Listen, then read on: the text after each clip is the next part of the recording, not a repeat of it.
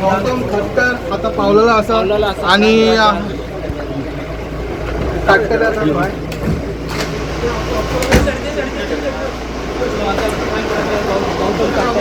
गौतम, आपका अफसोस है, आपका स्पीच जो हेट स्पीच दिया है आपने, आपको कुछ कहना है गौतम?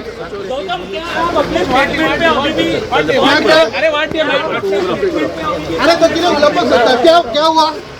आपको प्लान किया गया था, आपको प्लान किया गया था।